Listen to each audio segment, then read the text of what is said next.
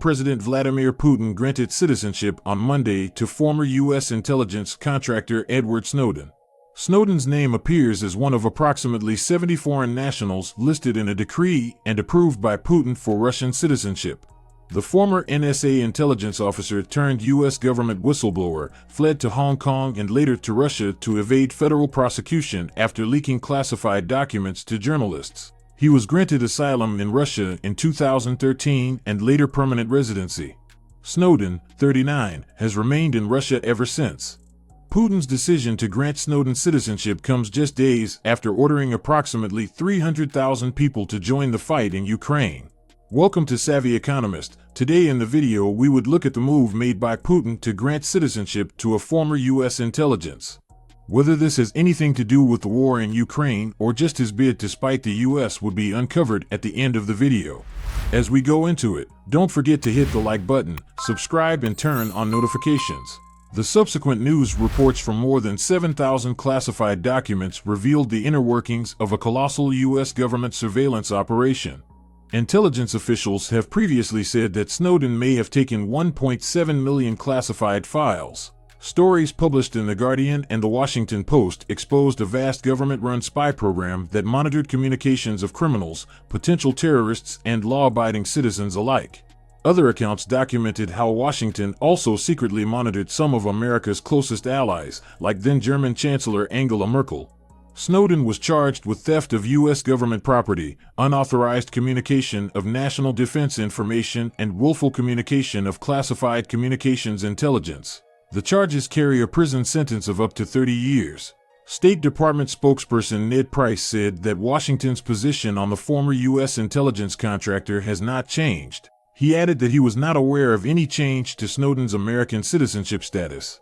Ties between Washington and Moscow are already at their lowest point in decades following Putin's decision to launch what the Kremlin has dubbed a special military operation in Ukraine.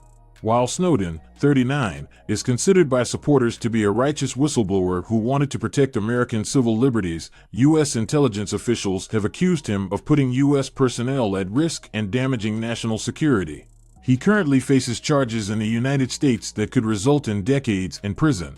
Our position has not changed, State Department spokesman Ned Price said Monday. Mr. Snowden should return to the United States where he should face justice as any other American citizen would. Snowden becomes a Russian citizen as Moscow is mobilizing reservists to go to Ukraine. In Russia, almost every man is considered a reservist until age 65, and officials on Monday stressed that men with dual citizenship are also eligible for the military call-up.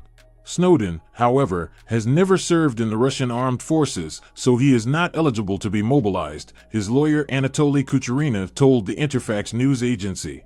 Having previous combat or military service experience has been considered the main criterion in the call-up.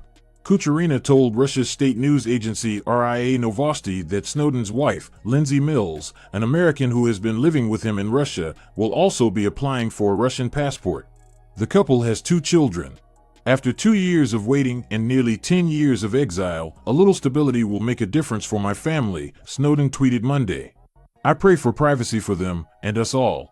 Andrei Soldatov, a Russian investigative journalist known for his exposés of Moscow security services, said that, strictly speaking, Snowden could be drafted, strictly in theory. But that would be bad PR for the Kremlin, so it won't happen, said Soldatov, who is on Russia's wanted list for spreading false information. Russian authorities have also frozen his bank accounts and he lives in exile. Snowden, who has kept a low profile in Russia and occasionally criticized Russian government policies on social media, said in 2019 that he was willing to return to the U.S. if he's guaranteed a fair trial. Snowden has become a well-known speaker on privacy and intelligence, appearing remotely at many events from Russia. But he has been sharply criticized by members of the intelligence community, and current and former officials from both U.S. political parties say he endangered global security by exposing important programs. A U.S. damage assessment of his disclosures is still classified. James Clapper, who served as U.S. Director of National Intelligence at the time of the disclosures, said Snowden's grant of citizenship came with rather curious timing.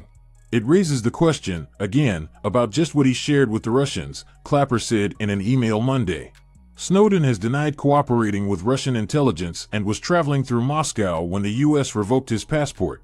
Snowden leaked documents on the National Security Agency's collection of data passing through the infrastructure of U.S. phone and internet companies. He also released details about the classified U.S. intelligence budget and the extent of American surveillance on foreign officials, including the leaders of U.S. allied countries. Snowden says he made the disclosures because he believed the U.S. intelligence community had gone too far and wrongly infringed on civil liberties.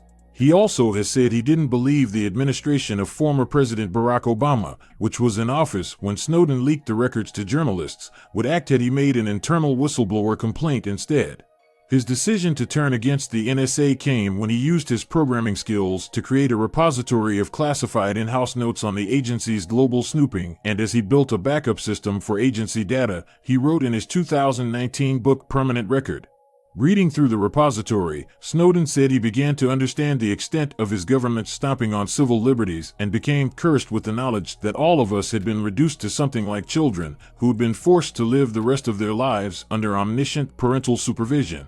Snowden was charged in 2013 with unauthorized disclosure of U.S. national security and intelligence information as well as theft of government property. The three charges each carry a maximum 10-year penalty. The Justice Department also sued to stop Snowden from collecting profits on his memoir, saying he had violated his non-disclosure agreements with intelligence agencies. The White House on Monday referred comment on Snowden's citizenship to the Justice Department, citing the pending criminal charges. The scandal broke in early June 2013 when the Guardian newspaper reported that the U.S. National Security Agency, NSA, was collecting the telephone records of tens of millions of Americans. The paper published the secret court order directing telecommunications company Verizon to hand over all its telephone data to the NSA on an ongoing daily basis. That report was followed by revelations in both the Washington Post and Guardian that the NSA tapped directly into the servers of 9 internet firms, including Facebook, Google, Microsoft, and Yahoo, to track online communication in a surveillance program known as PRISM.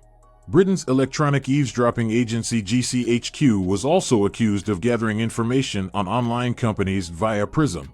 Shortly afterwards, The Guardian revealed that ex-CIA systems analyst Edward Snowden was behind the leaks about the US and UK surveillance programs. He has been charged in the US with theft of government property, unauthorized communication of national defense information, and willful communication of classified communications intelligence. The GCHQ scandal widened on June 21 when The Guardian reported that the UK spy agency was tapping fiber optic cables that carry global communications and sharing vast amounts of data with the NSA, its US counterpart. The paper revealed it had obtained documents from Edward Snowden showing that the GCHQ operation, codenamed Tempora, had been running for 18 months. GCHQ was able to boast a larger collection of data than the US, tapping into 200 fiber optic cables to give it the ability to monitor up to 600 million communications every day, according to the report. The information from the internet and phone use was allegedly stored for up to 30 days to be sifted and analyzed. Although GCHQ did not break the law, The Guardian suggested that the existing legislation was being very broadly applied to allow such a large volume of data to be collected. GCHQ and NSA eavesdropping on Italian phone calls and internet traffic was reported by the Italian weekly L'Espresso on October 24. The revelations were sourced to Edward Snowden. It is alleged that 3 undersea cables with terminals in Italy were targeted. Italian Prime Minister Enrico Letta called the allegations inconceivable and unacceptable and said he wanted to establish the truth. After fleeing to Hong Kong, Edward Snowden told the South China Morning Post that the NSA had led more than 61,000 hacking operations worldwide, including many in Hong Kong and mainland China. He said targets in Hong Kong included Chinese universities, public officials, and businesses. We hack network backbones like huge internet routers, basically, that give us access to the communications of hundreds of thousands of computers without having to hack every single one, Mr. Snowden was quoted as saying.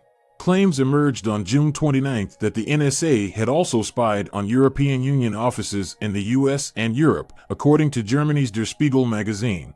The magazine said it had seen leaked NSA documents showing that the U.S. had spied on EU internal computer networks in Washington and at the 27-member bloc's UN office in New York. The paper added that it had been shown the top-secret files by Edward Snowden. One document dated September 2010 explicitly named the EU representation at the UN as a location target, Der Spiegel wrote. The files allegedly suggested that the NSA had also conducted an electronic eavesdropping operation in a building in Brussels, where the EU Council of Ministers and the European Council were located. It is not known what information US spies might have obtained, but observers say details of European positions on trade and military matters could be useful to those involved in US-EU negotiations. The German government summoned the U.S. ambassador on October 24, a very unusual step after German media reported that the NSA had eavesdropped on Chancellor Angela Merkel's mobile phone.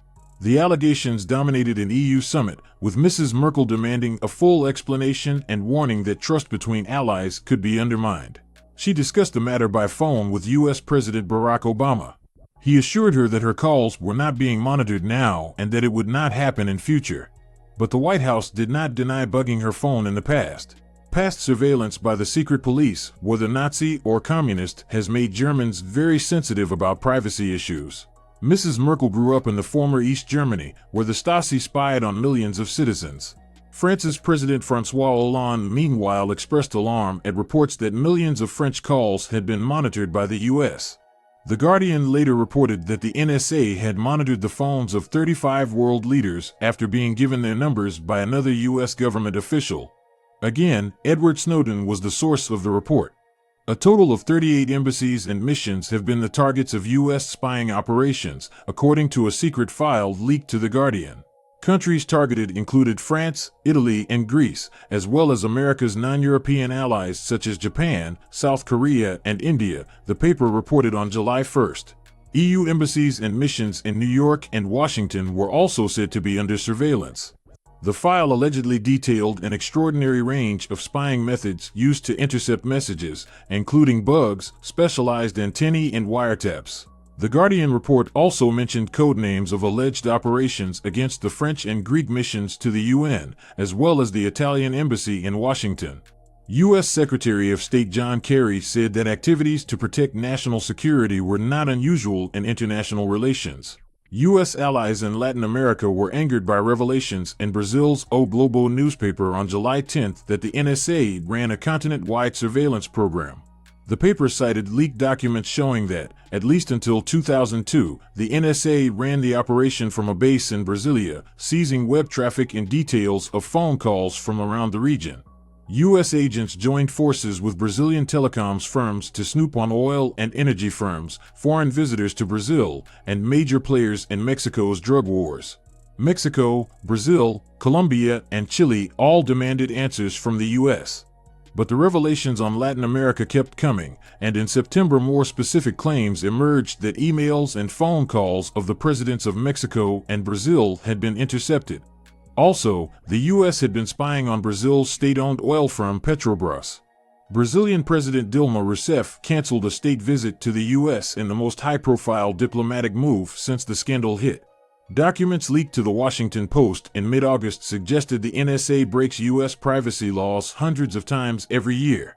The papers revealed that U.S. citizens were inadvertently snooped on for reasons including typing mistakes and errors in the system.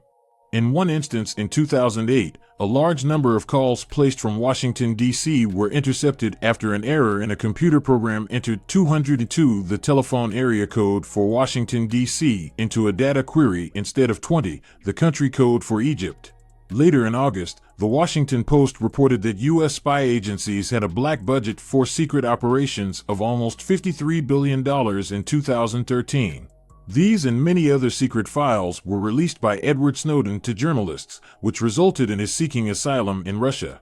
Speculations are flying around about whether the resulting offering of Russian citizenship has an underlying meaning, if Putin is trying to use Edward to win the war in Ukraine because of the information he has, or if it is a move to put more pressure on the U.S. Let us know what you think about these speculations. Do you think there is an intention underlying the decision for citizenship? Drop your comments in the comment section. Also like and subscribe to the channel. Thanks for watching.